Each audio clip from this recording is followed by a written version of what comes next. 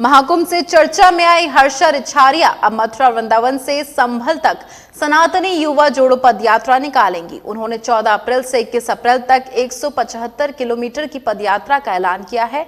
हर्षा का कहना है कि समाज को जागरूक करने के लिए ऐसे धार्मिक आयोजनों की जरूरत है। प्रयागराज महाकुंभ से चर्चा में आई हर्षा रिछारिया गुरुवार को मथुरा के वृंदावन पहुंची। यहां पहुंचकर उन्होंने वृंदावन से संभल तक सनातनी युवा जोड़ो पदयात्रा निकालने का ऐलान कर दिया। स्थानीय श्री राम मंदिर आश्रम पर पहुंची हर्षा रिछारिया ने कहा कि उन्हें लगता है कि समाज में जागरूकता के लिए अभी बहुत सारे धार्मिक आयोजन की जरूरत है।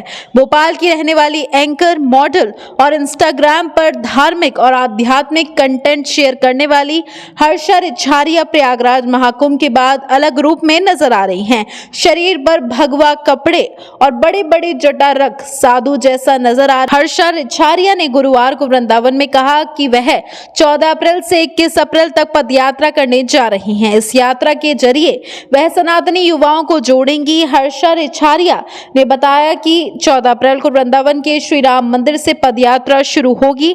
175 किलोमीटर की ये पदयात्रा अलीगढ़ होकर संभल के लिए जाएगी।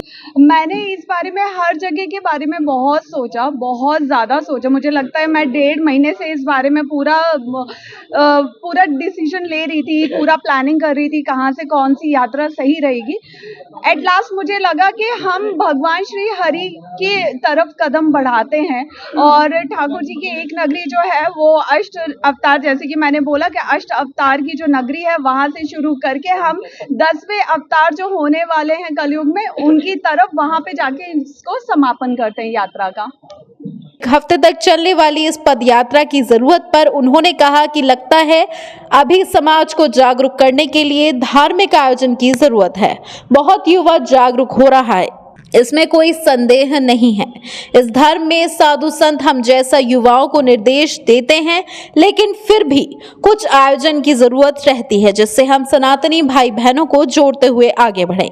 संभल तक पदयात्रा क्यों, इस सवाल पर हर्षा रिछारिया ने कहा कि उनको नहीं लगता कि यह कोई बड़ा मुद्दा है। उनको लगता है कि जिस दिशा में जाना चाहिए, जहां जागरूकता लानी चाहिए, अगर हम वृंदावन से लेकर संभल में समाप्त करते हैं तो यह बहुत सही रहेगा। मीडिया से बातचीत करते हुए हर्षा रिछारिया ने कहा कि वह चाहती हैं कि जितना सनातन समाज है सब इसका हिस्सा बने, पूरे देश से लोग जुड़े, खुशी होगी। संभालना है कि इस यात्रा की शुरुआत 200 लोगों के साथ करेंगे। इसके बाद ये यात्रा क्या रुख लेगी यह आने वाला समय बताएगा। महाकुंभ में ट्रोल हुई हर्षा रिछारिया ने कहा कि अभी भी लोग हैं जो कुछ पसंद कर रहे हैं, कुछ नहीं। समाज में हर तरीके के लोग होते हैं, जरूरत नहीं कि आपका हर इंसान समर्थन करे। यह कलयुग है, बहुत से लोग भगवान भी करार देते हैं, हम तो केवल इंसान हैं।